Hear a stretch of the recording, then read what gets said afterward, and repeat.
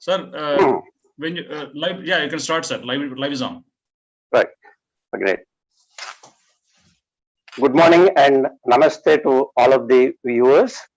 I am Veeraswamy Veera, and welcome to the World United Forum's first in the series of presentations for the benefit of student community with the theme how students can be very highly effective in their studies.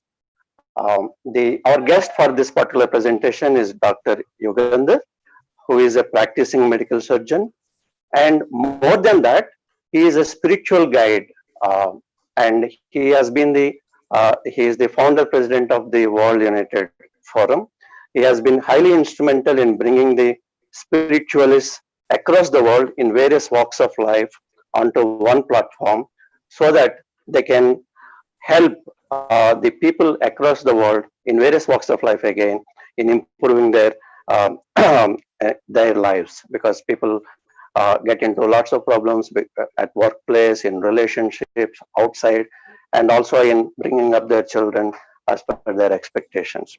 So I was requesting Dr. Yugandhar, why not he does some exclusive sessions for the student community as well, because we know for sure that today's students are the tomorrow's responsible citizens, and they are going to influence the lives of many more millions and crores of people across the world. So in that context, we have launched the first session for now, and of course under the theme, how students can be highly effective in their studies. With this, I welcome Dr. Yugandhar. Sir?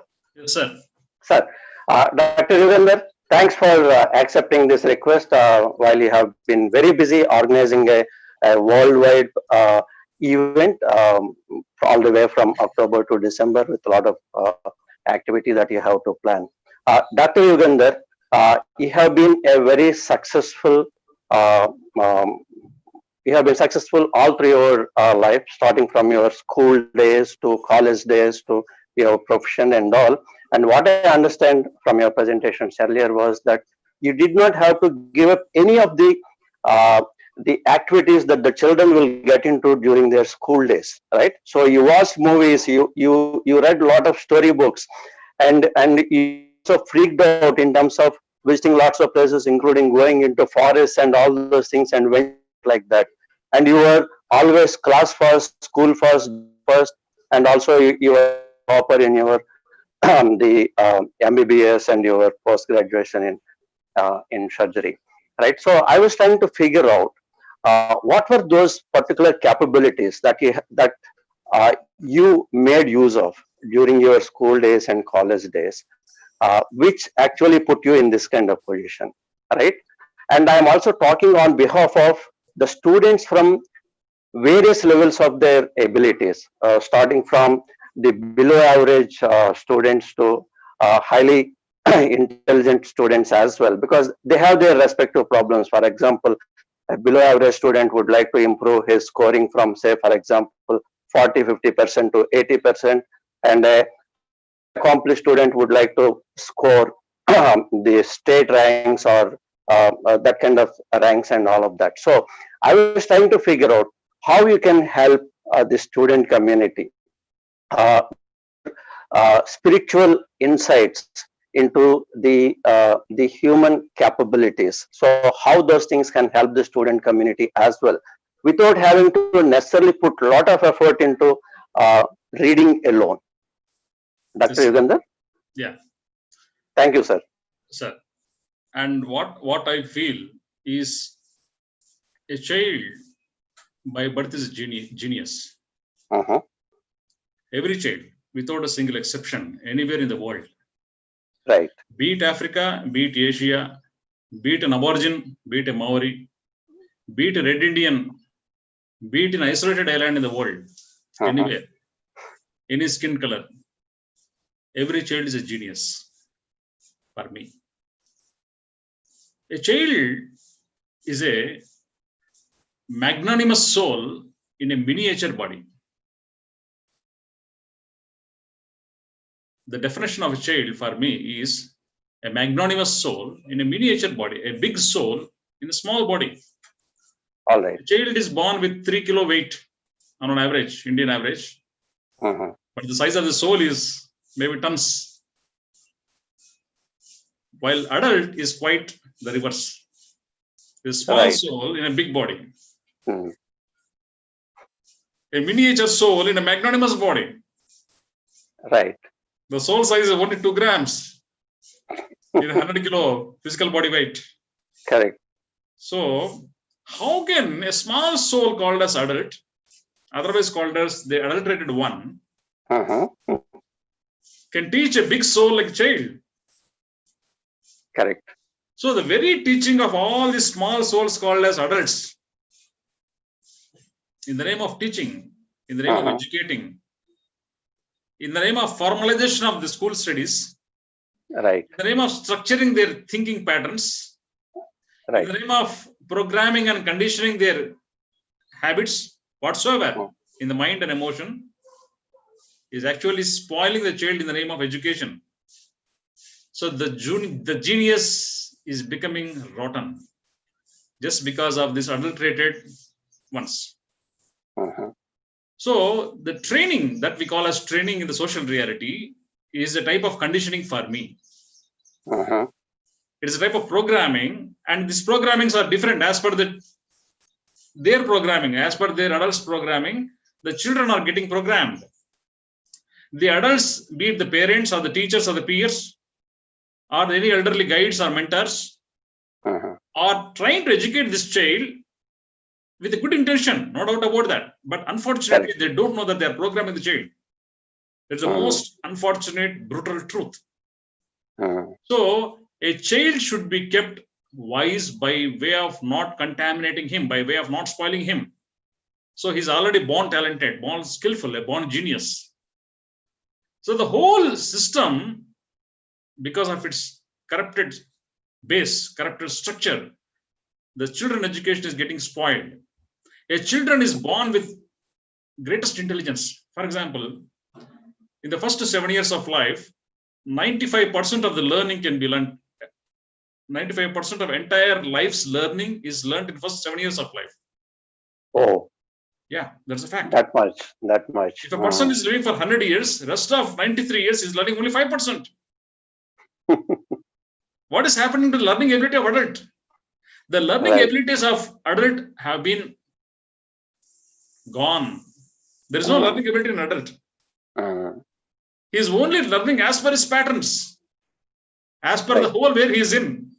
No lateral goal, no lateral thinking, no laterality in any dimension.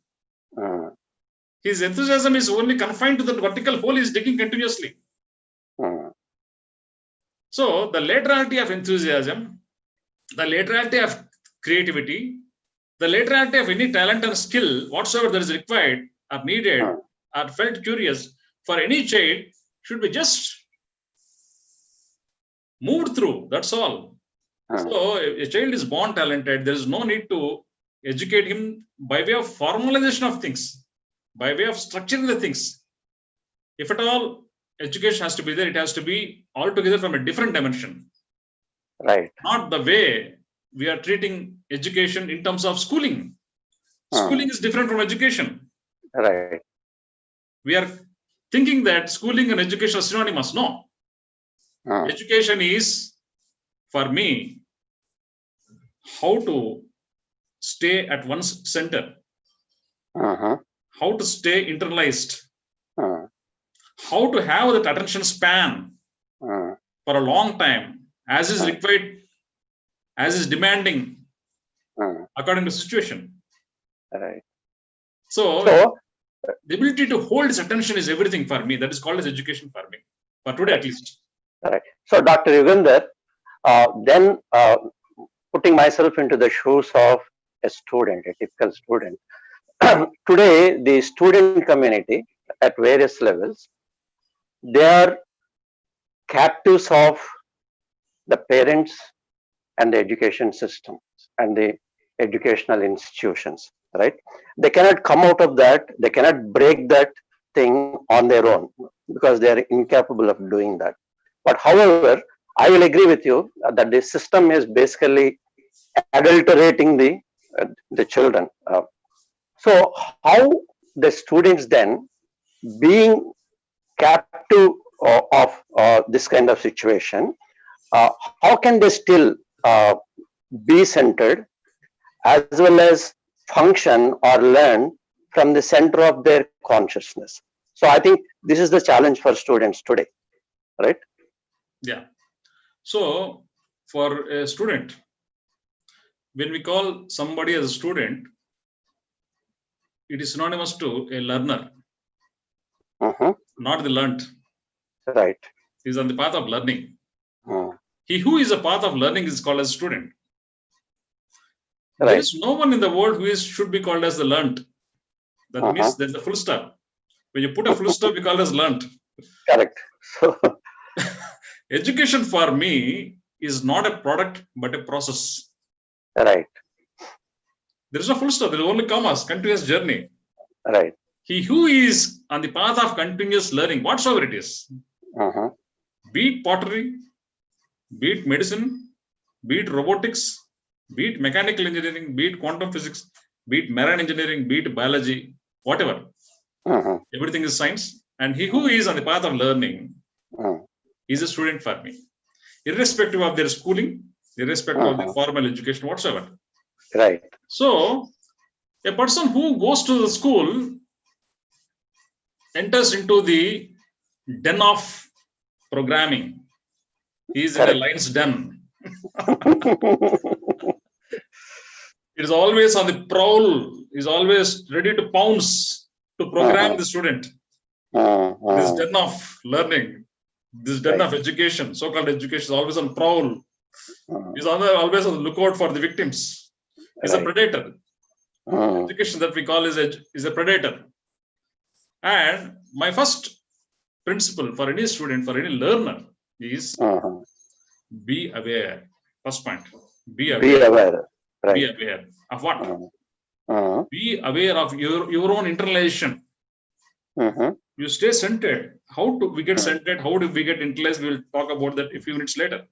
But first principle, the first, foremost, advanced, and the last principle as well, a continuous principle to be practiced, is not to leave the path of learning. Learning happens always from within. Within. Learning is a within phenomenon. So if a student in the conventional world enters into this den of learning, ready to pounce to make the victim of programmed individual, one must be conscious of all types of programs and patterns. And one should stay as curious as he was earlier when he was a child, as enthusiastic as he was earlier as a child. Right. For example, let me take the word enthusiasm. The word enthusiasm came from Latin theo, means God. On the way to God, on the way to become godly, that is what is the meaning, the exact meaning of enthusiasm. If we lose our enthusiasm, we become ungodly. Right. Demonly, rather. So lack of enthusiasm is death for me. Lack of enthusiasm is killing the student inside oneself. Lack of enthusiasm is killing the learner or learning ability inside. Enthusiasm is the life force of any individual, whoever it may be. There are no spiritual or non-spiritual beings. Every person is a spiritual being, whether he believes it or not. There are no carnal, there are no banal beings in the world. Every one is by default a spiritual being. So education, if he already is in the path of school, for example, a 15-year-old, 18-year-old, he passed through the lion's den of education. So the second principle is, if he is already programmed, then again be aware and unlearn. Unlearn. Okay. Unlearn.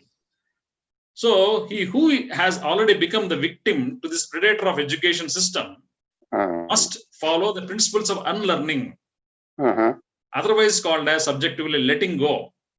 Let go of what you have learned.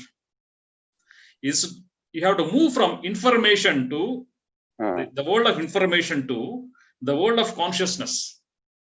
Okay. A paradigm shift has to happen from the world of information, from the point of view of converting this brain into a USB or a 2 TB or 1000 TB drive into a consciousness unit, into a centered consciousness unit. This paradigm shift is required. This paradigm shift can be called as unlearning. From USB to a biological USB to a biological conscious being. This paradigm shift should be called as unlearning for me, at least for today.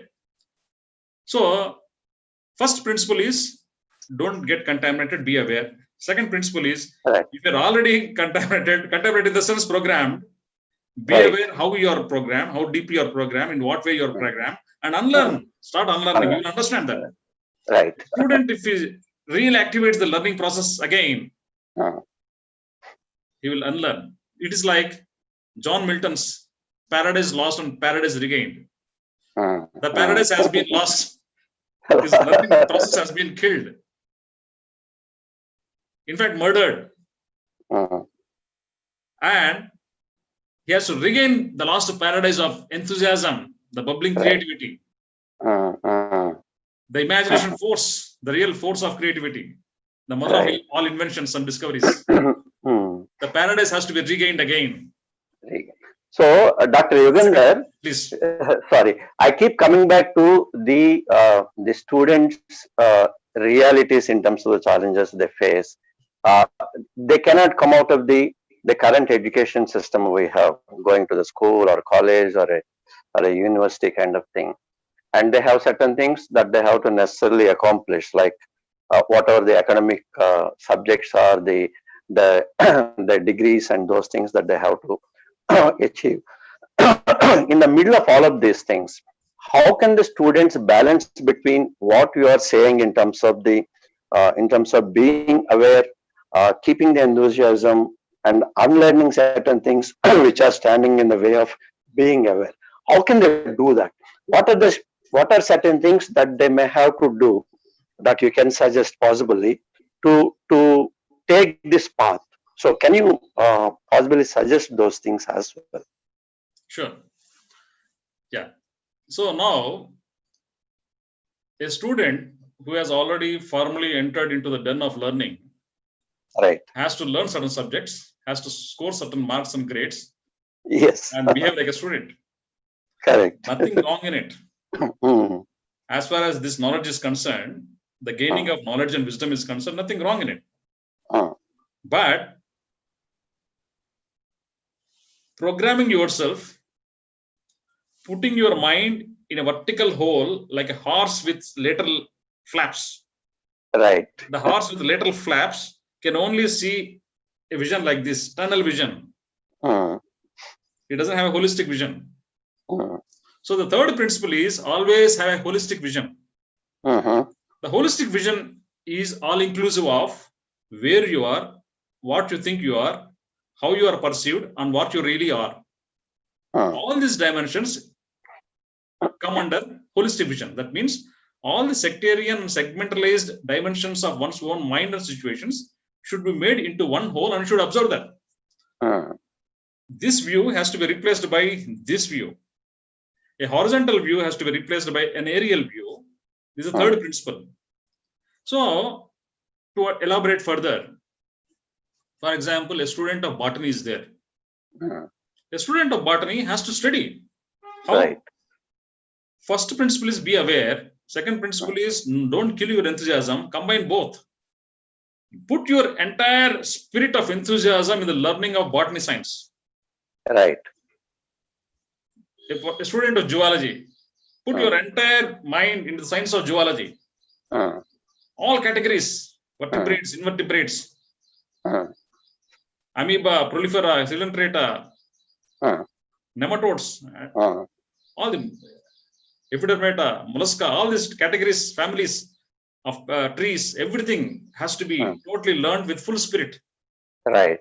And you go beyond your teachers. Because what is important is teaching. What is important is the knowledge and wisdom.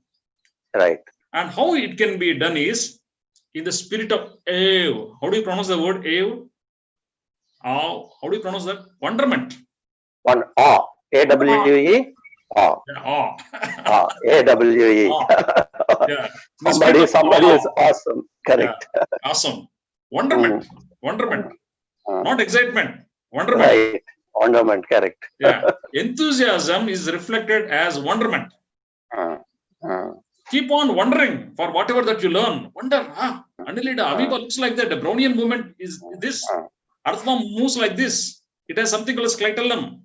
Right. You understand this. So, what is not a hermaphrodite? Excitement. What is this word? Hermaphrodite. Bisexual beings. So, it's a wonderment.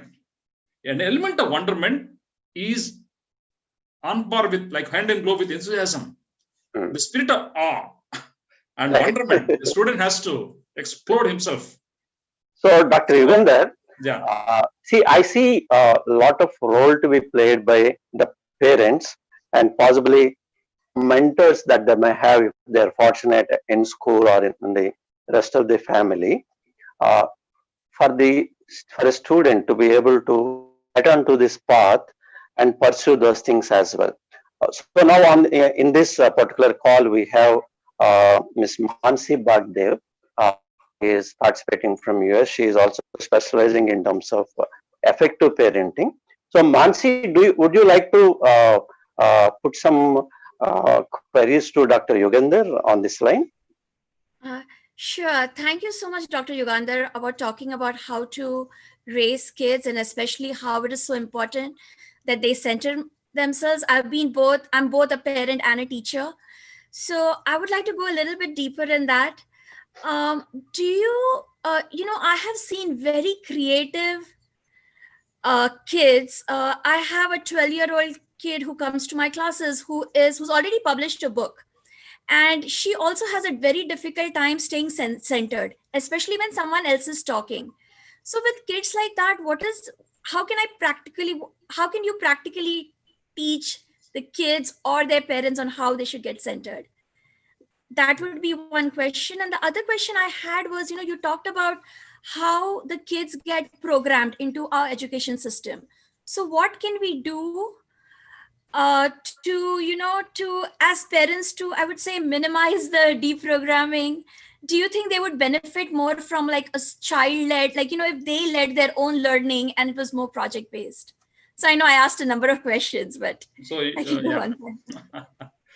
So if you put one question after other, I can remember and speak. Yes. If you put multiple questions, you'll forget. So my first question is, So my first question is, how do we teach a child to stay centered? What is the practical way? Yeah. So taking your example, you saw a 12-year-old kid who has written a book, and how is it possible? A child prodigy. Yes. He is that type of child who doesn't want to enter adulthood. Not physical terms, psycho-emotional terms. Jesus Christ said, unless you become a child, you cannot enter the kingdom of God. What does it mean? What are the qualities of the child? What are the qualities of adult? Let us analyze for a few minutes. I would say openness to life. Yeah. The first and foremost quality of a child is his energy, his enthusiasm. Second, imagination. Third, he doesn't form any opinions. He doesn't make any judgments on things. He doesn't form opinions on people. Adult is quite different. Whomsoever adult person meets any other one in his life, he has set of opinions, a set of framework, a spectrum of framework. He always subconsciously watches that person and fits this person in particular compartment of his choice and judgmental attitudes. For example, an average person knows 100 types of people. So every person whomsoever he meets, that person has to fit in one of these 100 compartments. Everything is programmed. So the reason why an average man cannot recognize the voice, impossible. But a child is not compartmentalized, is open, is like ocean, is a oceanic force of enthusiasm. Parenting for me is not teaching the child as per the adult's taste, inclinations, and propensities. Parenting for me is how not to spoil the child. It's not about educating the child, giving him whatever requirements he might have, but it is about not spoiling the child. Second thing is, as a parent, how it can be done is entering the shoes of the child. That's the most difficult step. Because adult is already adulterated. How can he enter the shoes of the child who is a magnanimous soul, a magnificent soul, a fabulous, fantabulous soul? How can adult who is not in these dimensions can enter the shoes of the child? That is the most challenging part of parent. So the best way of dealing with the child is observing him, learning from him, and the child gives every which indication to the parent how he should be treated by the adult. You observe the dog who cannot speak any language, Right. but he gets everything done without speaking. I don't know how many of you have Yes. lived with dogs. Correct. A dog can make his master do everything as per his wish. The dog can convey everything that he wants to convey. A dog can do it. A child does every time. The child knows how to convey. A child always indicates how he should be treated, how he must be educated to the parent. These subtle signals of the child has to be observed by the parent. Parenting is becoming a child again. Parenting is growing with the child. Parenting is not teaching the child. Parenting is growing with the child. Parenting is unlearning whatever that he has learned. Parenting is a form of learning. Parenting is not about teaching. Many people think that parenting is about teaching. No. That is a wrong step, wrong idea, a wrong premise, a wrong surmise. Absolutely wrong. Parenting is about learning and going into the shoes of the child. Very difficult. How can suddenly a person who is called as a woman or a man at the age of 25 or 30 or 35, by way of producing a child, suddenly becomes a parent? Inexperienced. Is just few days as father, as mother. He doesn't know what is meant by fatherhood. He doesn't know what is motherhood. He always or she always treats the child the way he or she has been treated by his own parents, not other way, because of his conditioned reflexes, because of the Pavlov's thinking, the conditioned reflexes. So that is a problem with every parent. Suddenly, a man, woman becomes parent quite inexperienced, and he learns by trial and error, and he learns what is important at the age of only 50 or 60. By the time the child has become adult, Correct.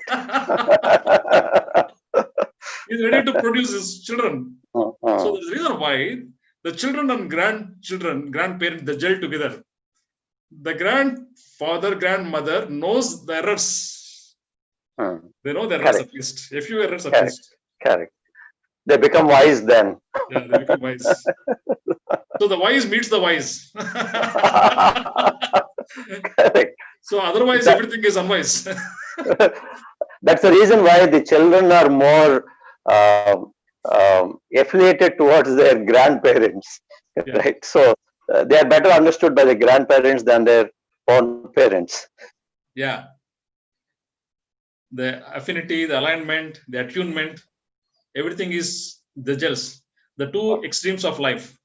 Correct. The middle neither go that side nor this side. It is stuck. Yeah. Thank you so much. I had one follow-up question, if I may. Yeah, please. If you allow me, Mr. Veeraswamy. Yes, Can yes, I ask please. a Go ahead. question? Sure, sure. Yeah, So, go ahead. so I wanted to zone in on the point you said that parents will will parent the way that they have been parented, or the exact opposite. If it has been a very bad one, like for example, if their parents were very strict, they had a very difficult time, then they'll go to the extreme end, and they will become extremely lenient, and that's how they will spoil the child. So if a person has had a very difficult childhood and this person becomes a parent, what is your advice for them? Yeah, very good. So there is something called as childhood traumas. Childhood traumas is a big subject. We will cover in a separate episode. But for answering this question, let me use the word childhood traumas. Some children have undergone some traumas, physically, psycho-emotionally, socially, whatever, financially, spiritually sometimes. So religiously, different customs, cultures, and different types of barriers and obstacles whatsoever. There are different dimension aspects to it.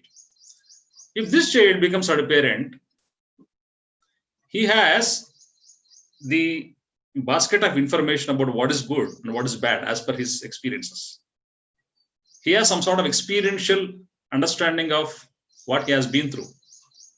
Based upon this experiential understanding, he treats his children as per that, what he considers good.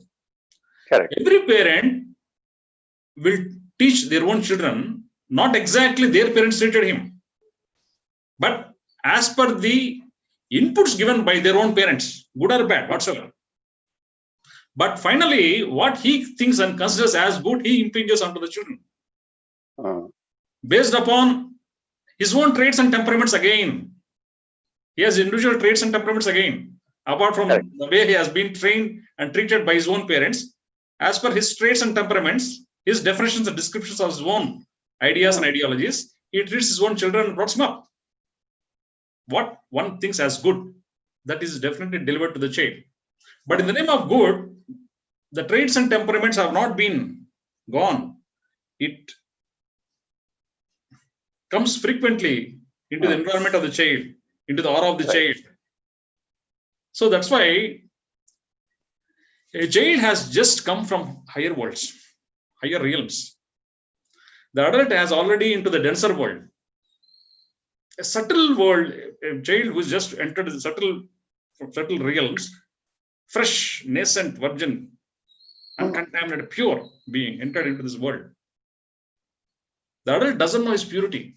The adult treats him as a 3 kilo mass, a 10 kilo mass, or a 20 kilo mass with great affection, no doubt. In the name of affection, he does a lot of damage as well. There is something called as cathexis. What is cathexis? Cathexis means overprotecting child. By way of overprotecting, his own natural skills will be suppressed.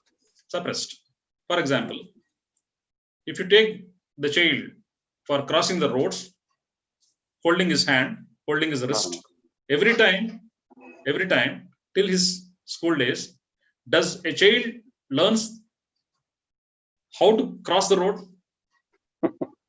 This is called as cathexis. By way of your over love, over affection, over protection, over security, you are actually undermining their own skills and talents. Correct.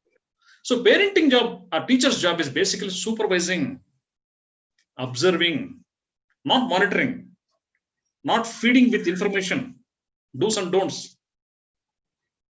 All the social niyama need not be impinged forcefully, entrusted into the child's mind. Right. Allow the child to discover for himself that stands for a long time. Make him self-discover. Make him awaken something within. He treats everything that comes within as his own idea. Though environment is created by the parent. For example, in some shamanic tribes, there is a ritual for a teenage boy, especially, to teach him the art of the skills of hunting. So on that ceremony, the day before, what they do is, the father takes the child, his son, to to the jungle, hold and says with blinds, the child is blinded, blindfold. Blindfold. He's allowed to stay under a tree or a branch of a tree, and tells him that whole night you have to stay here, listening to the sounds of different animals and birds. That's a frightening experience. But what the child doesn't know is the father whole night is awake with him.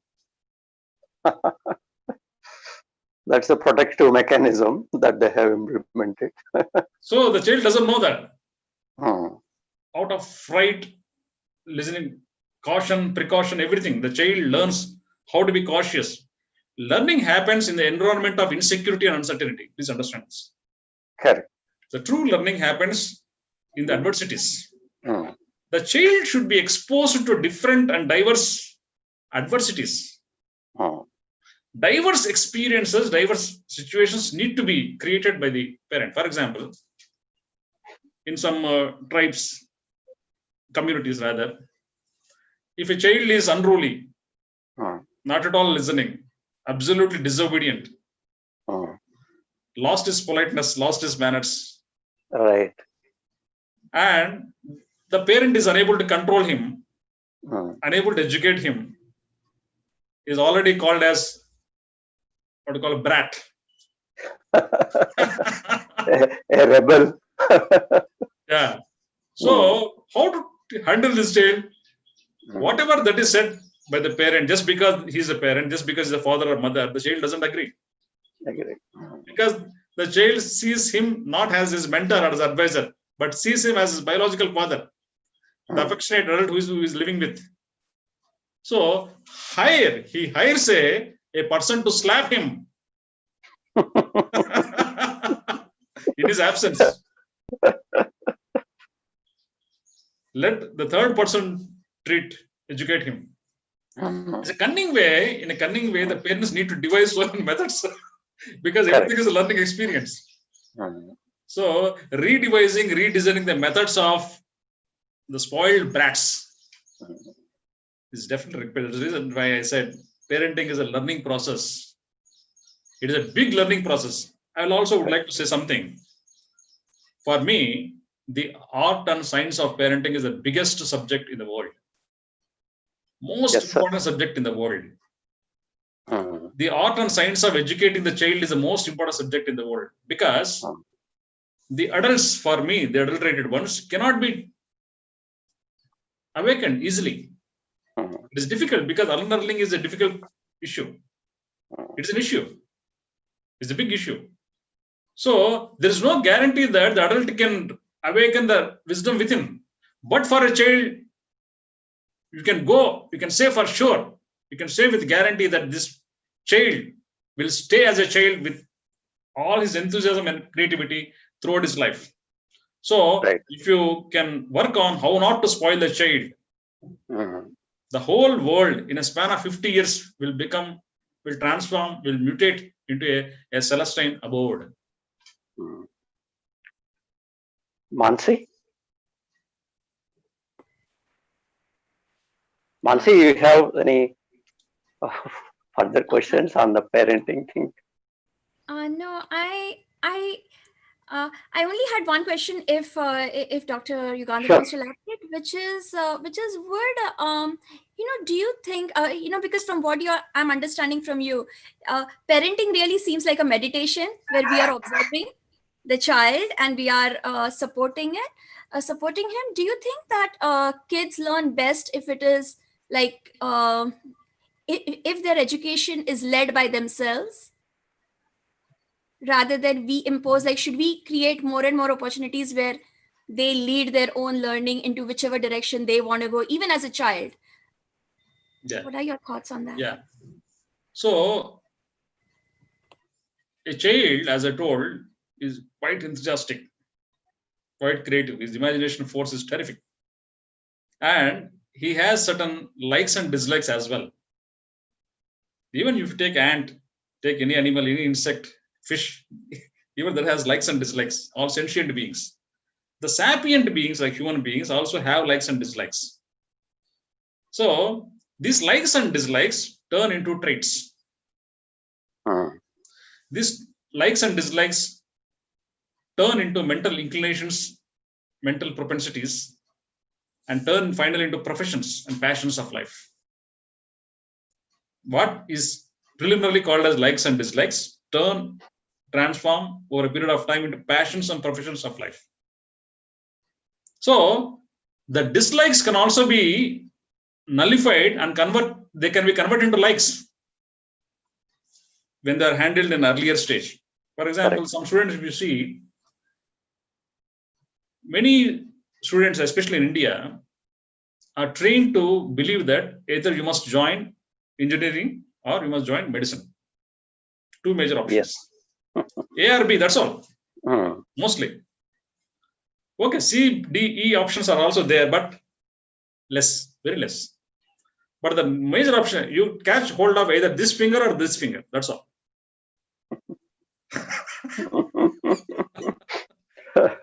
So the child who is very good in math sometimes will be forced to join biology science. So how he will cope up, how he will handle the guilt he may carry. So the student also must handle his own dislikes, not only the parent. Students, whoever is listening to me, please understand. If you're already into a path, if you're already into a particular way of learning, particular orientation of your schooling or college or higher educational systems, even if you don't like, convert all your dislikes into likes. Conversion is possible. You might not have liked biology or zoology. You might not liked cutting frogs and earthworms. But still, you can convert all your dislikes into likes. Because if something is unavoidable, if something is inevitable, you can't avoid it, adapt, alter. If you can't avoid, alter, adapt. What is wrong in adaptation? Nothing wrong in it. You can be yourself. Finally, as I told, likes turn into passions and professions. And you are defined as per your passions and professions, not otherwise in social reality. What you are subjectively known is not understandable to any person. What you are visibly in the outer world is what you are in their minds. Right. So, but it doesn't mean that you have to live for them. It doesn't mean that you have to be something called as great in the social reality. You must be a hero in your eyes. Right. If someone calls you a hero, you cannot be a hero. If someone calls you a zero, you can never be zero. If you know for sure, understand that you are a hero, yes, you are. You don't need anybody's stamps. No chap is required. No stamping is required. Nobody's attestation is required. Nobody's authority or authentication is required. No notary is required to sign that you are a hero. No. You go as per your, accept all challenges of life, all adversities of life. No two lives are same. Everything is unique. Everything is customized. Everything is personalized. Everything has got charm and beauty in its own way. And there is no second person on there just like you. You are the only one special, unique, great being in the world. No one really matches you. Everybody is unique, absolutely unique. No one really matches you. You are the real beauty. The way you are the most beautiful.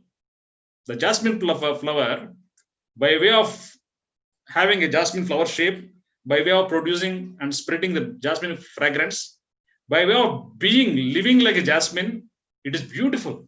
Same with rose, same with cactus, same with pridax, a grass flower.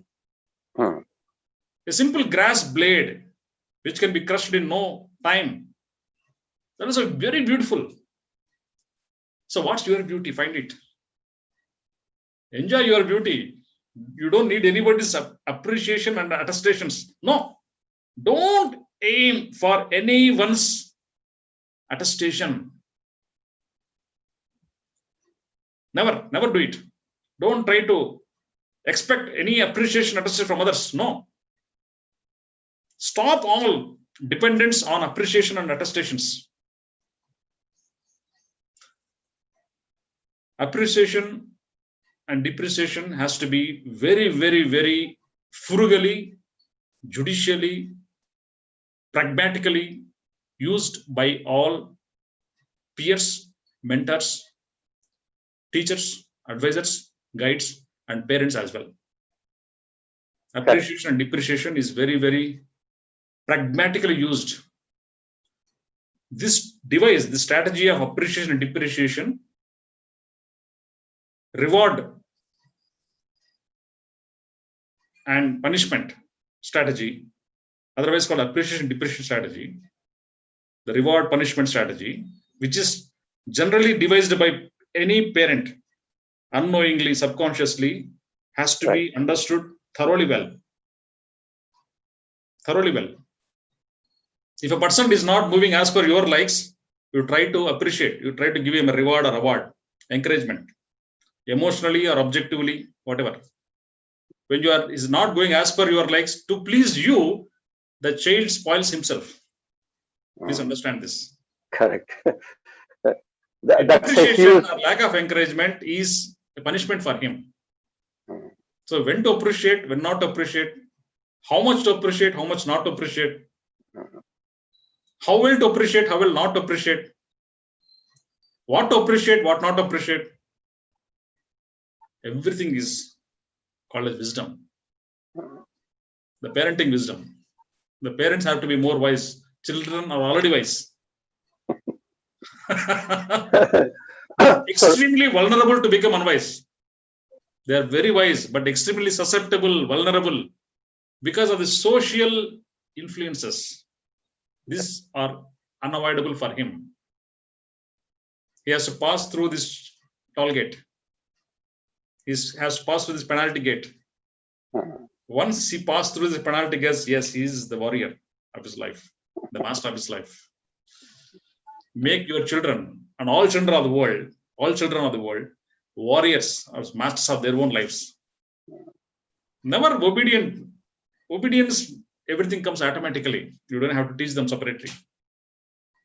Manners, polite, everything comes automatically. Make them understand the value of the wisdom that is emerging from within. What comes from within stays. What comes from without also stays in the form of patterns. But self-discovery stays within. Self-scanning, self-examination, self-criticism, self-appreciation, self-love. These are the great elements every student, every child, every learner has to learn inevitably. These elements need to be taught by all our education systems, all our parents, all our teachers as well. A self-love, self-criticism, self-examination, moment-to-moment self-scanning, where you are, in which direction you are going, am I right or wrong? Think again, till clarity comes. That is called as wisdom. A child is made to become wise. Child is already born wise. He has to move wisely. Moving wisely ahead is the ultimate wisdom.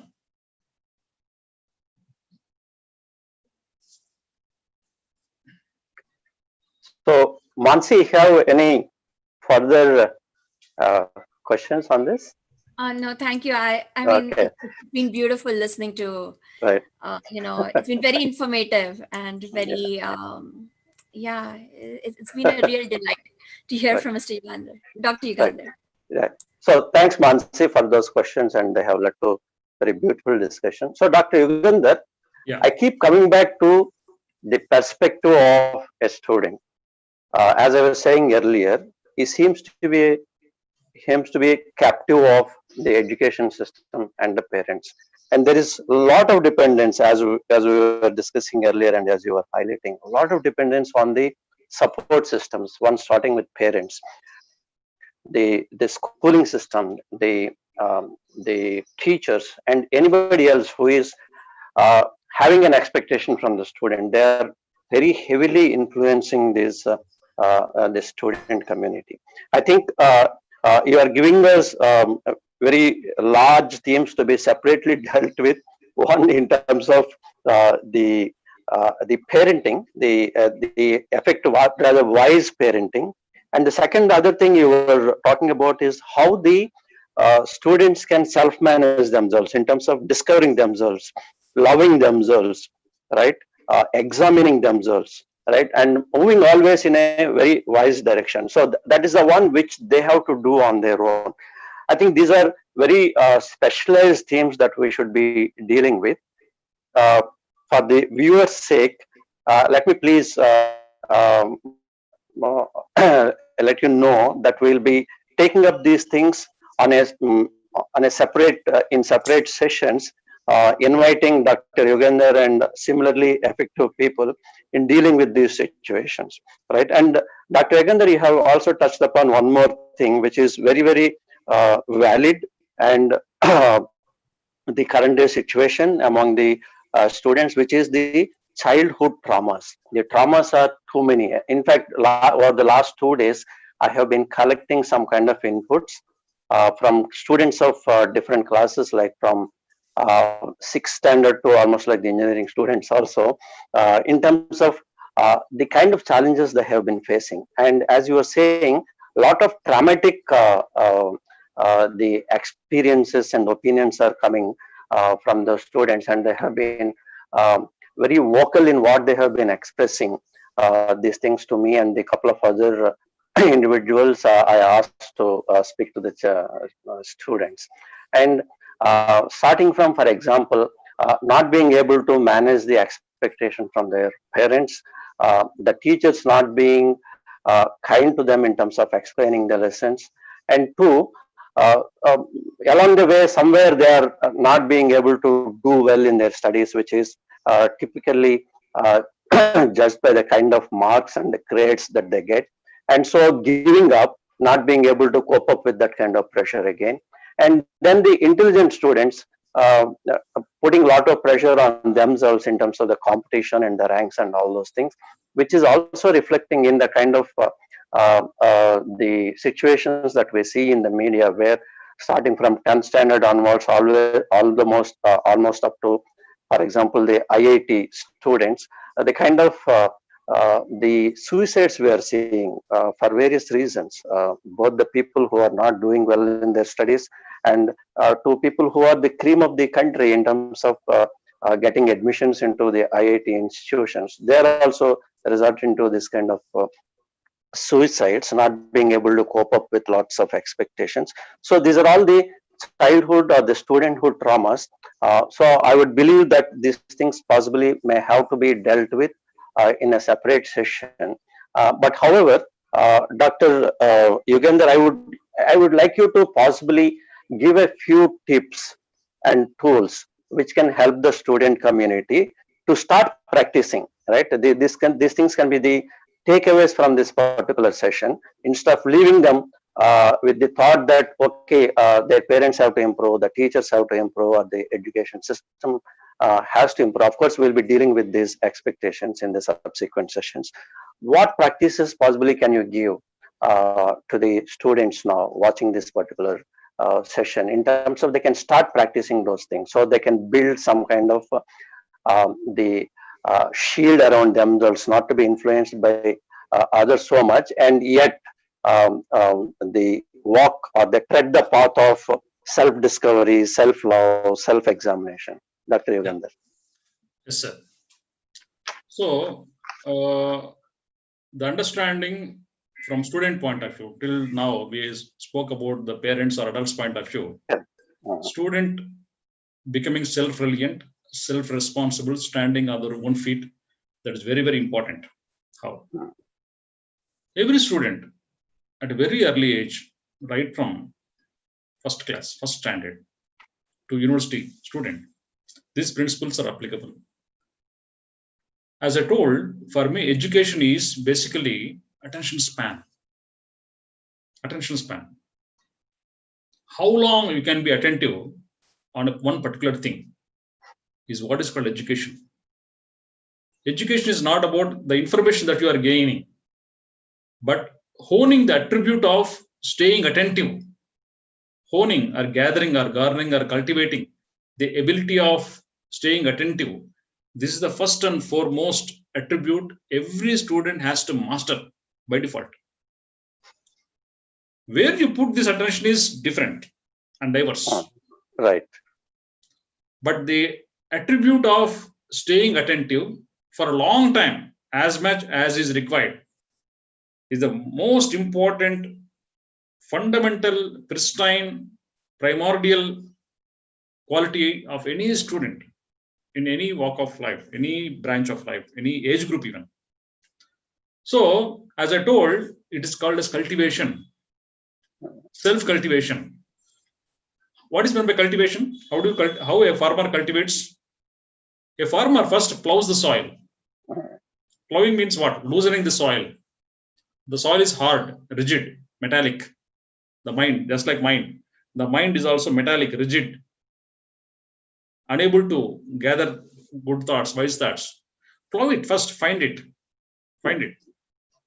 Second step is weed it out. Remove all weeds. Remove all weed thoughts from your mind. Weed thoughts means distracting thoughts whatsoever.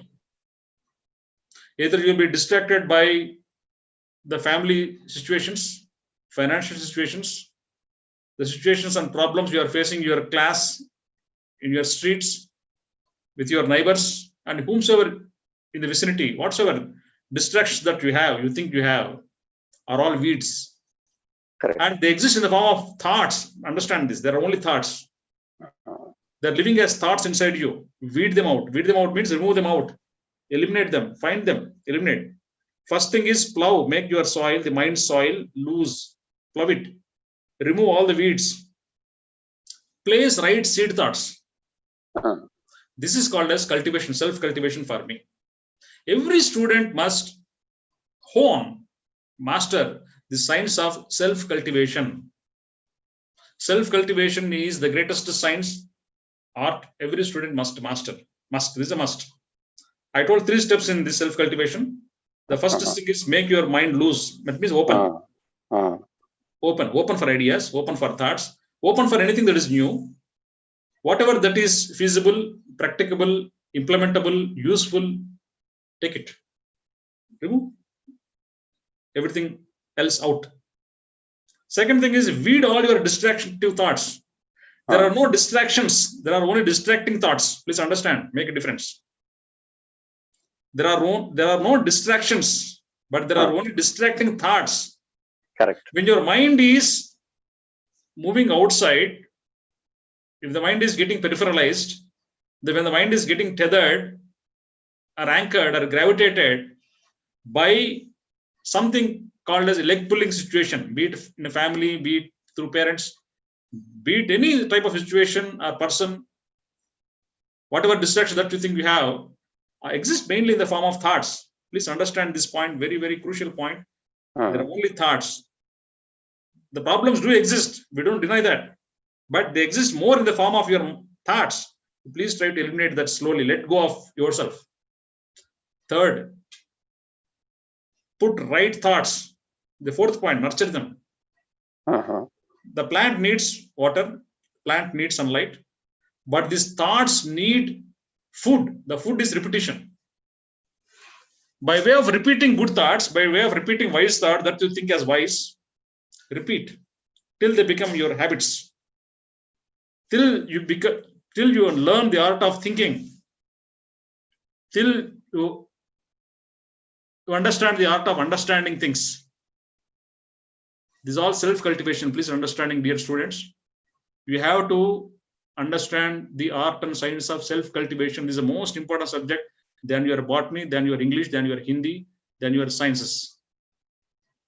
Before learning all these educational sciences that we call as sciences and languages, please understand the value, the significance, the importance of self-cultivation. Nobody can steal this attribute of self-cultivation. No one can steal the attribute of staying attentive for a long time. Nobody can steal, irrespective of any situation whatsoever. If you try to master slowly. No big things, only small things. Move little by little, slowly, like a snail. Move like a snail. Snail exists in the world to teach us to be slow. That is the purpose of living as a snail for snail. What is meant by being slow? One student asked me, sir, I want to read fast. How can I read my books faster than what I was doing? I said, when your mind becomes slow, reading becomes fast. When you can make your mind slow, slow means what? Slow means not slumber, not sluggish, not lethargic, not lazy. No. Slow means let the number of thoughts that are coming to your mind be less. On an average human being thinks 7,000 thoughts per day. Huge number. Not less than 7,000 or more. The minimum number of thoughts is 7,000. Minimum number. Lowest number.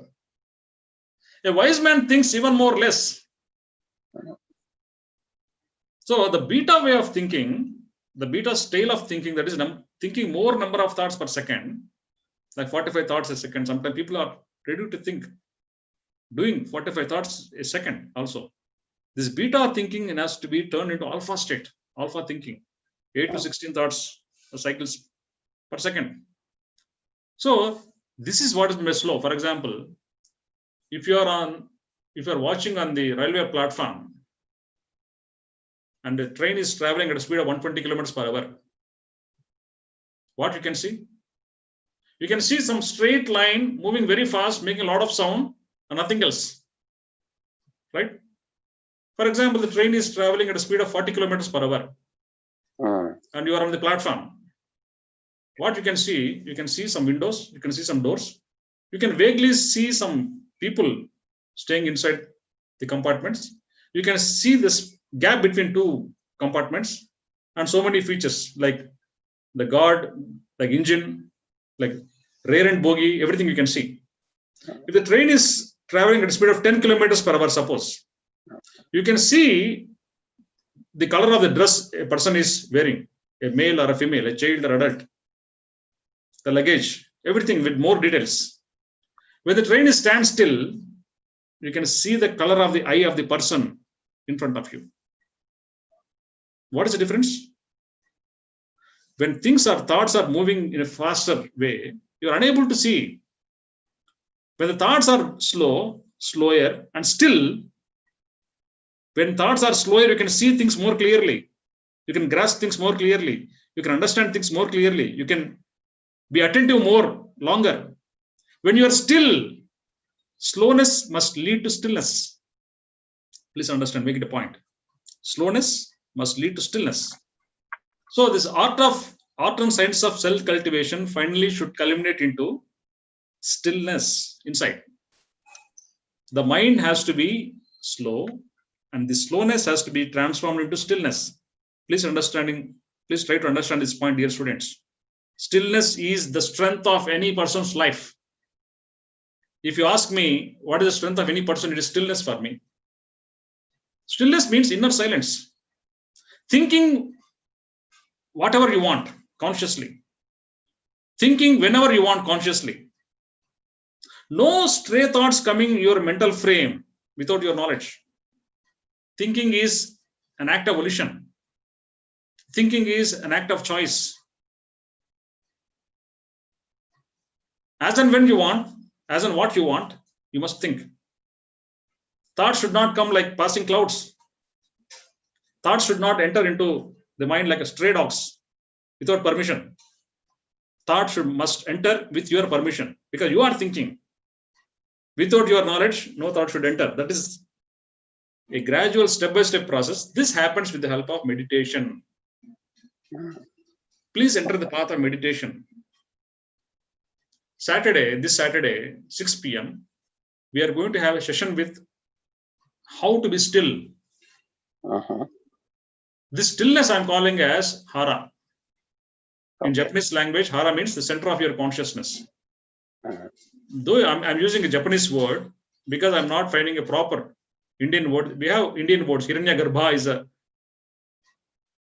word in Sanskrit for Hara, center of consciousness, or Dao, or Danshan, or Advaita, whatever you call it, or Dharma, whatever you call it. Let me use the word Hara for the word stillness, otherwise called as inner silence. When you are silent, slow, silent, that should lead to stillness, and that is the real strength of any human being. A student has to master this stillness. How? There is another way of acquiring stillness, the objective way. I told about subjective way, that is meditation. There is another way, objective way. A student must read a lot of books. A student must work on so many applications. A student must take up some projects.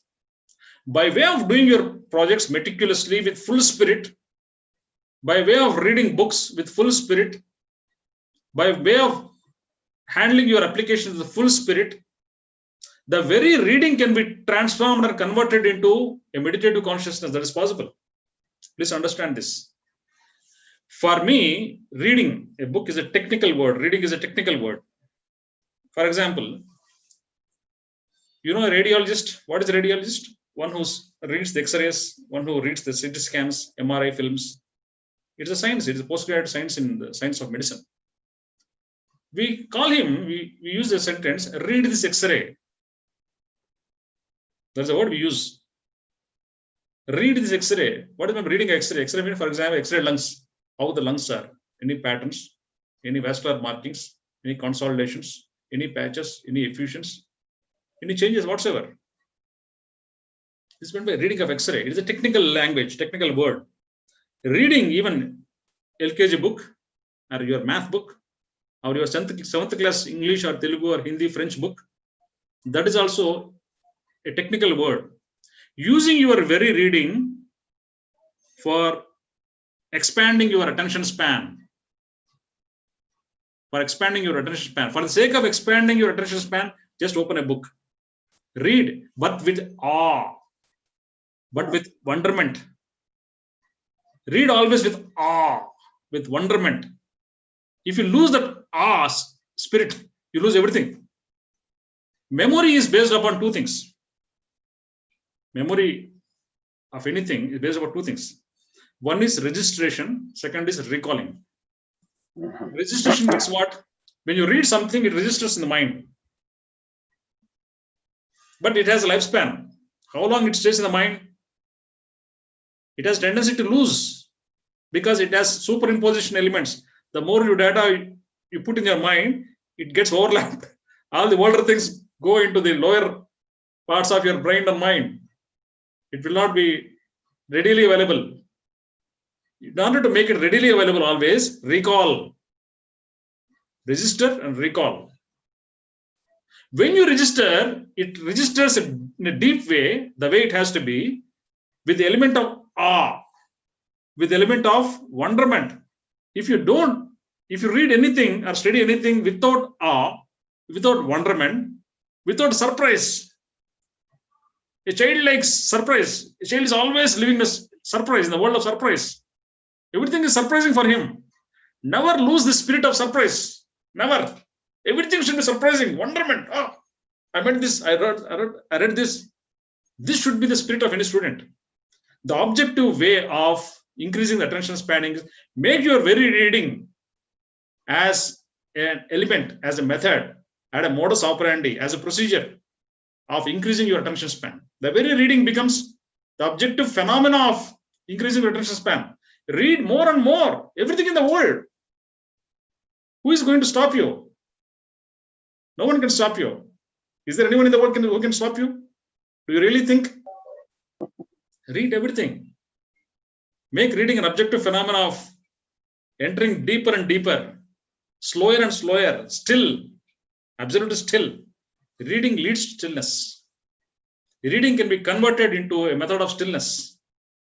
For the sake of becoming more and more still inside, for the sake of staying still inside, for the sake of staying connected with yourself, for the sake of staying centered within yourself, make reading a habit.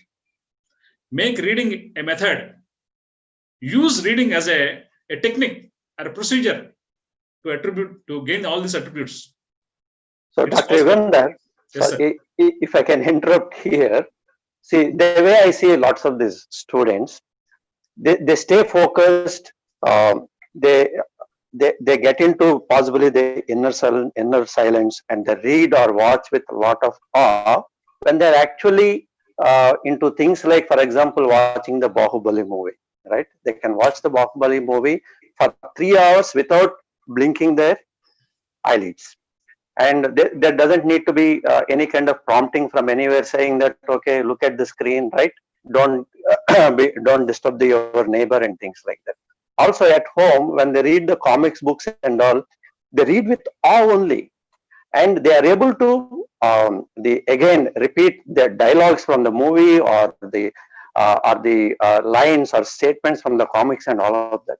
So the point is, the children, the students have that ability to get into that inner silence, reading or watching with a lot of awe, but they are not possibly able to convert that or take that same attention into their studies or any other thing that they have to do, which will be useful in their future for them, for their own benefit. I think this is where they need possibly some kind of counseling or some kind of help. So how can they take this ability which is there with them and which is being demonstrated also, how can they take it into the other areas where which are useful for in their own lives? Yeah. Back to you, Virender. Yes. A few years back, I was waiting for my anesthetist for my second surgery. I just finished a surgery, and I was waiting for this. I'm using this transition time, spending on my hospital terrace alone. Okay. The second surgery was there. It was planned. I was waiting for the call of my anesthetist. So you have to do that surgery. Yeah, I was waiting for that. I was enjoying my space, private space, relaxing for some time. I went to the terrace, and suddenly I received a call from a magazine, a popular magazine of the country, which has more than 10,000 principals and schools as subscribers. They interviewed me on phone because that was their some 25th anniversary, something like that, Silver Jubilee. They wanted to cover some people for the January issue, the most important milestone in their magazine. So they have selected a few people. I was one among them. They have given me a set of questions. One lady was interviewing me from the other side. The first question was, who is the most important person influenced your life? Who influenced your life in a big way? So I said, they thought that I would be mentioning about some spiritual guru or some wise man who knows, or something like that. But I told, it was surprising to the listener on the other end. I told, it was my Telugu teacher. Oh. It was my Telugu teacher, not because he taught me Telugu. Not because he taught me Telugu, but he was a great storyteller. He's still alive. I will show this video to him also. His name is C. Ramachandraya Garu. He was my Telugu teacher. He's still in physical body, health, and all is pink. I respect him. I dedicate my talk to him. So he was a great storyteller. He narrates a story in such a way that it comes into mental as if we are seeing, not listening. We are seeing what he's speaking. Seeing what he's speaking. That means imagination. The child is unknowingly, in a beautiful way, in a very pleasant way. Story is very pleasant. It's not like teaching math, very tough. But listening to a story very easy, in a very pleasant way. In all his leisure hours, he used to tell beautiful stories. Very simple stories, but the way he narrates with it, and extraordinary. I have never seen a storyteller like him. Extraordinary teacher, extraordinary storyteller. So I was attracted to stories. Naturally, no. Every student gets attracted to stories. Maybe I am little few steps more. I was more attracted. So he has kindled the habit of listening to and reading stories. Right. I used to read a lot of stories, small stories, short stories, long books, big books, everything, all types of stories. It's not exaggeration if I say I have not met a person who read more stories than me in this lifetime. It's a fact. Not that there are no people. There are so many people, lakhs and lakhs of people in the world who read more stories than me. But unfortunately, I not met. So it is humbly I'm stating it. It's not something great, but I covered all the libraries available in my hometown, Kadapa, in Andhra Pradesh state. So stories have awakened the spirit of staying attentive. You use the word Bahubali movie. No, we get absorbed into the movie, a 3-hour movie. Even I was absorbed. I watched Bahubali movie, both morning show on the very first day and also afternoon show. Simultaneously, I sat together simultaneously. 6 hours I watched.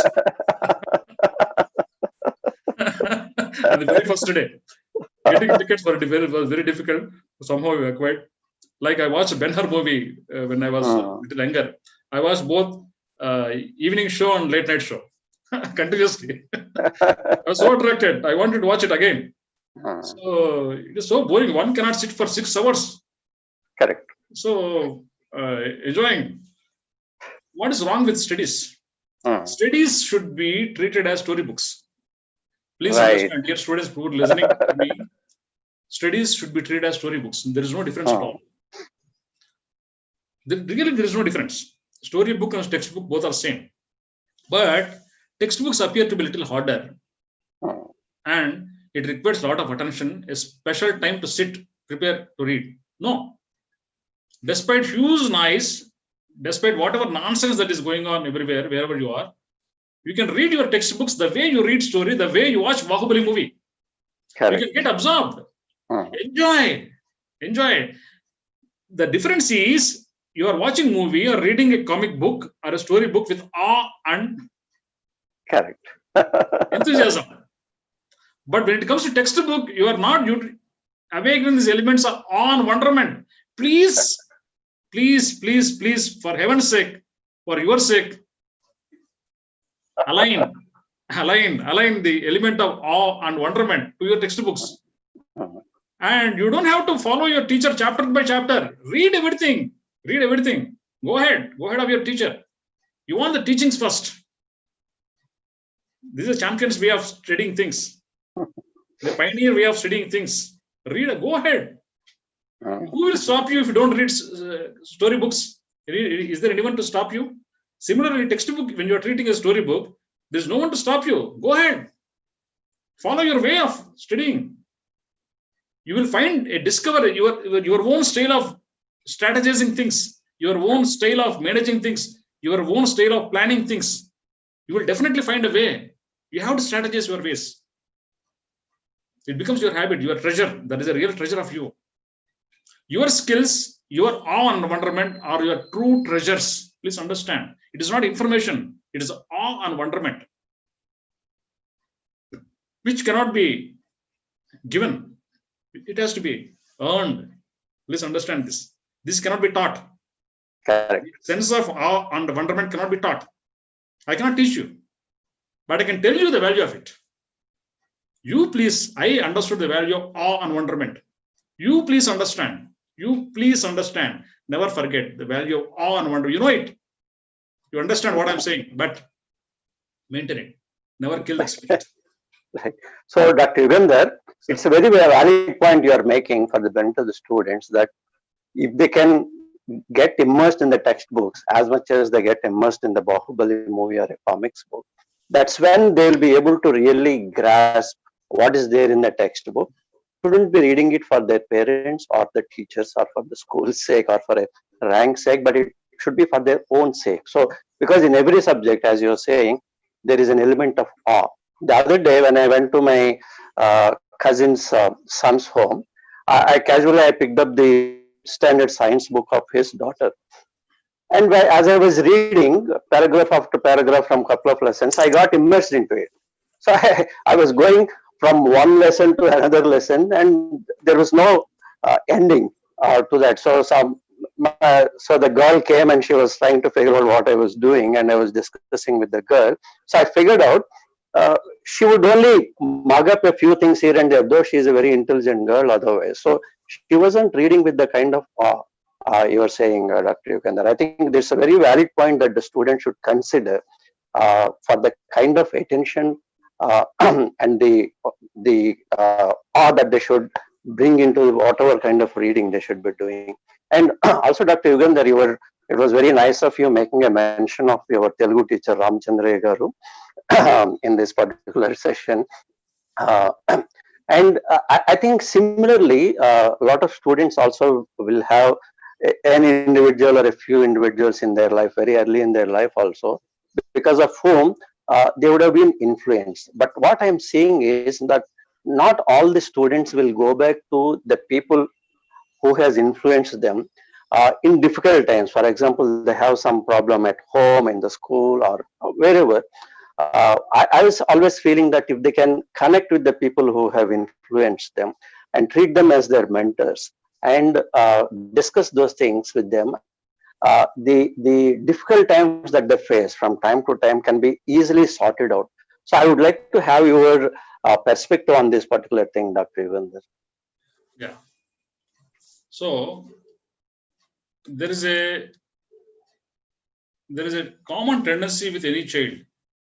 I told in the opening part of my speech, every child is a genius. Correct. Every child is really a genius, no exception, wherever he is. But there is one vulnerability. There is one tendency.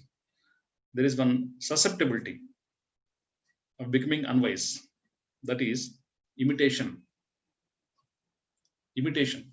Child has got a natural tendency to imitate the role models, the heroes. For a child, the parents are their heroes, are his heroes. The teachers may be his heroes. Every child subconsciously picks up his own role models. For example, a dog. If a family of 4 members, 2 adults and 2 kids have a pet dog, dog has got something called as pack psychology. Pack psychology means he treats one as a master, top one. He gives rank. Usually, normally, the male member of the family, the head of the family, not male exactly, head of the family. Naturally, in India, many places, head of the family is father. And he is the person who brought the pet to the family. He is the person who whips him with a stick. That is, threatens him. So, he who threatens him most will be his first master. He will be more obedient to him. The second rank is the second adult of the family. The kids will be third and fourth rank normally. If you observe if you have lived with dogs, pets, this is a ranking system because of pack psychology. Children also have got this pack psychology. They unknowingly take someone as a role model for something which they want, which they like most. So when the role models are doing a mistake, because of the imitative attribute which is there in every child, and every child is susceptible, by way of imitation, he loses many things. Right.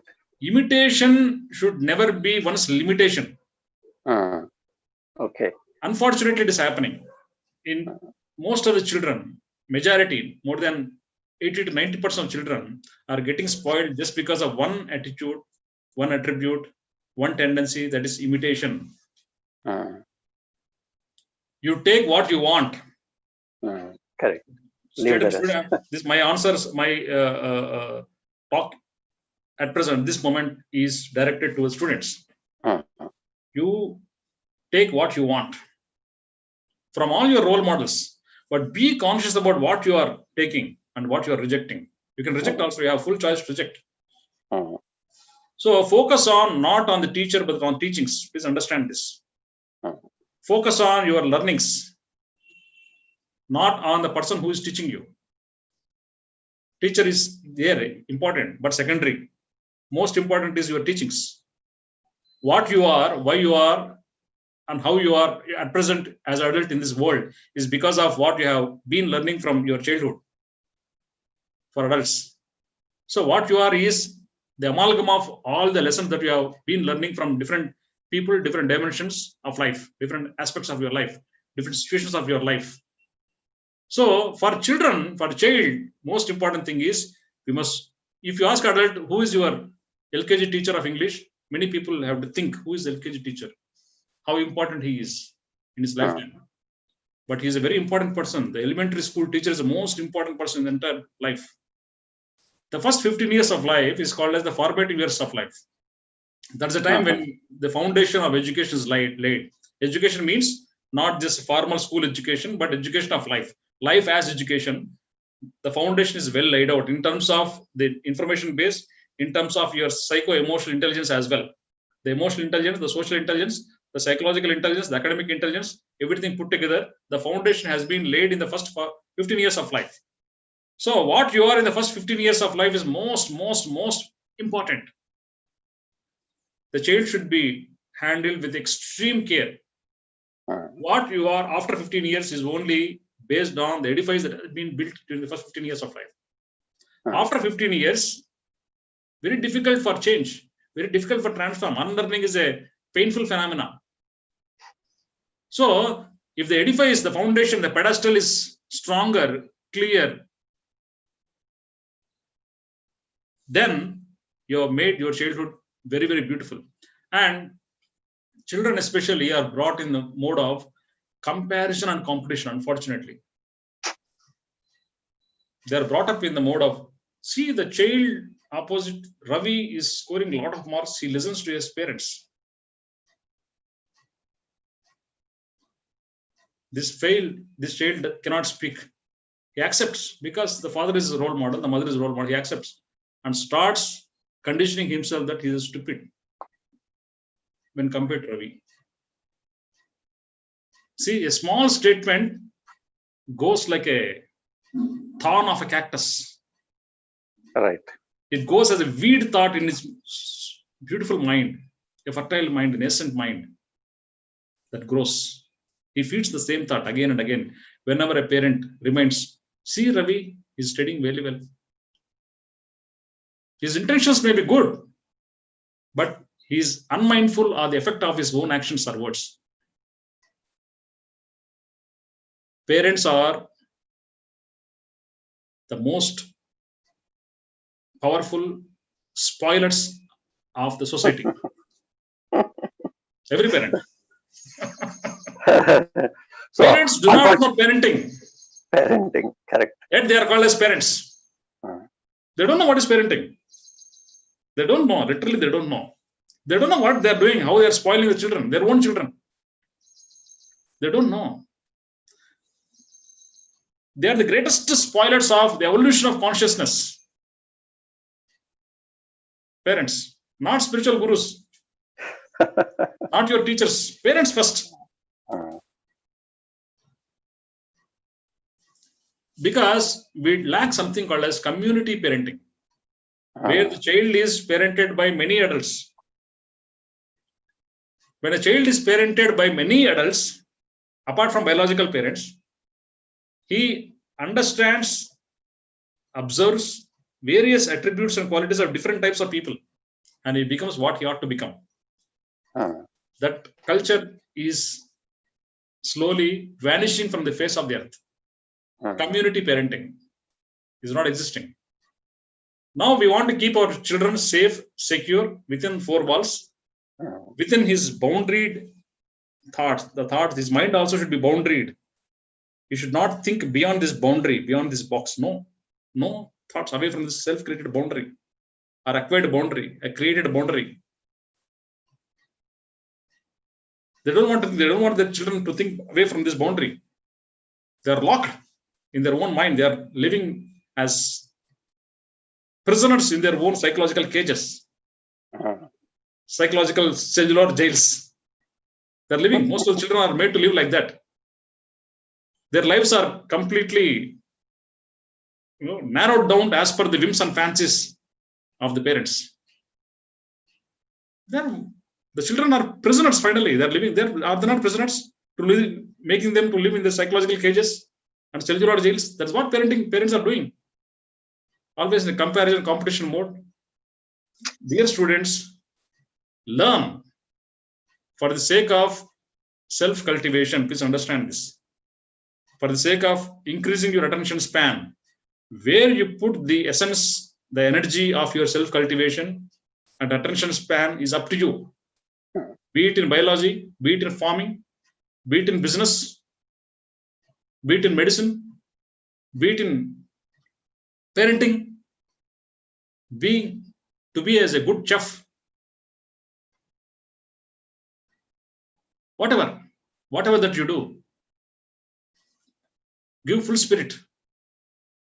As I told, you are the only beautiful person in the world, the way you are, exactly the way you are. Your psycho-emotional configuration is completely unique, absolutely unique. There's no person who matches this configuration. That is the real beauty you are contributing to the world. The way we are living in the world is a real beauty. If you live like someone else, somebody else, that's not real beauty. If you live like yourself, the way you are, uncontaminated, shamelessly, ruthlessly, the way you are, you are contributing to the world just by living the way you are. So, dear students, never lose this spirit. And even if you are compared and even if you are made to live in the world of comparison, competition, stop this imitative tendencies. Filter them. Keep a filter in front of everything. Let all things pass through the filter. Filter everything. Take whatever you want. Reject whatever you don't want. Have clarity. Get focused inside. Never come out of your center. Practice this. Please attend the Saturday 6 p.m. session. You will understand the practices of staying within. Any child, even if it is a 5-year-old or 10-year-old, can practice it. So, Dr. Yogender, I think however much we may be trying to just focus on the students' aspects of being effective, I think we cannot anyway eliminate the role that is being played by parents majorly. So, so all the viewers, the students, the parents, and all the well-wishers of the student community, please look out for further sessions in this forum, where we are going to do exclusive sessions on, for example, effective, and another one on, for example, how students can self-cultivate, like Dr. Yogender was saying, in terms of how can they remove the unimportant thoughts and seed the right thoughts and stay focused and move along that path. So what kind of tools and practices they can make use of, right? So those things, they will be coming in the into this YouTube sessions. Maybe you can search later on with the phrases like Dr. Yogender and World United kind of thing. So with that, Dr. Yogender, I have just couple of questions from Ms. Sunita. So she has these questions. One is in terms of, if we want our children to be physically fit, we send them for physical exercises, ask them to play outdoor games, etc. But what can we do if we want to strengthen their brains? So that's one question. Maybe you can answer that. Yeah. So, like, we have physical muscles, more than 600 in number in the physical body. And to be fit, fitness is not only from muscular element. Fitness is, even if you know fitness, every adult knows, it is called cardiorespiratory fitness as well. The strength and stamina and health is also fitness. So a person is diabetic, a person is hypertensive, physically fit, muscular, very strong. Is it fitness? So fitness is in all many formats, many forms. Even at a physical level, it many forms. So similarly, from a holistic point of view, we have something called as emotional muscles. Right. We have something called as psychological muscles. We have something called as spiritual muscles as well. Like, you go to gym to increase your muscular strength, you have to go to emotional gym to strengthen your emotional muscles. You have to go to your psychological gym to exercise your psychological muscles. Same with spiritual gym, by way of meeting your spiritual mentors, whatsoever. But how to hone your psychological muscles and emotional muscles. From a learning point of view, from a teaching point of view, let us understand. First, let us understand the teaching point of view. Most of the parents love their children. Not most, every parent love their children. Very few exceptions, they hit them hardly, child abuse, some exceptions are there. But generally speaking, every parent subconsciously want the child better than him. There is a natural wish of any father or mother. And they are not brought in the environment of insult. They are not brought in the environment of emotional pain.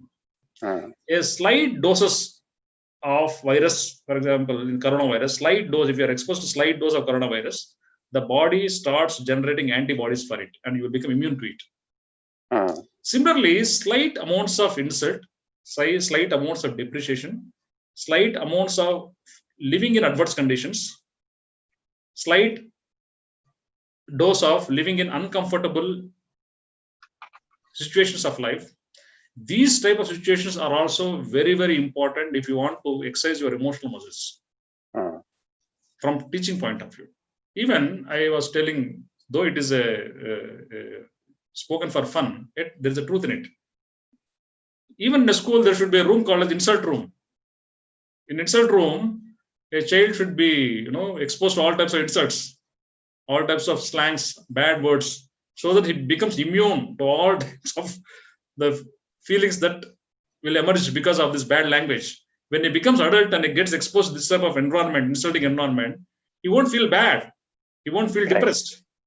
So, stimuli which are not available at home in the form of insult, depreciation, discouragement should be made available by way of creating this insult room in a school. Though I speak for fun, but there is a truth in it. Correct. Yeah. From learning point of view, this is all from teaching point of view. From learning point of view, every student, please understand this, live in a world of self-appreciation and self-criticism. Both are important. If you keep on living in a world of only self-love, you become an adult where whatever you think will become right. You will become a very bad boss. And you are not open to ideas. You will never be open to ideas. So a self-love has to be balanced with self-criticism. So every thought, every attitude, every habit, every belief system, every idea that you get from within or without should be scanned and structured in your mental frame. That is what is called building mental muscles. So building mental muscles, building emotional muscles, building spiritual muscles by way of doing meditation, by way of entering the path of journey within, you build up a lot of spiritual muscles. All muscles are important. The brain gym, emotional gym, spiritual gyms are also equally important. Health is from all dimensions, not only physically healthy, be psychologically healthy, emotionally healthy, vocationally healthy, socially healthy, spiritually healthy, financially healthy. All dimensions of health are very important. Fitness in all dimensions are very important. Correct. Right. Thank you, Dr. Yugandhar. I think this is a great session. Thanks for your time of almost like 90 plus minutes. Yes, and I think we'll meet again for further sessions to help the student community because World United, I can see that it is very strongly committed to improving the lot of the students and because they are a very key stakeholders in the society. And like the way Dr. APJ Abdul Kalam, the former president of India, he was focusing on the students wherever he was going. He would make it a point to go to a school and speak to the children and speak and get their ideas and also explain to them how they can really improve themselves. So, so all the viewers, please stay tuned to the World United YouTube channel, and you can search for the spirituality and education theme in YouTube, and we are going to definitely come out with more really useful, purposeful videos. So for now, thank you for watching, and thanks Dr. Yugandhar again, and thanks to Dr. Mansi Bagdev as well for participating in this thing. Yeah. Thank you. Thank you.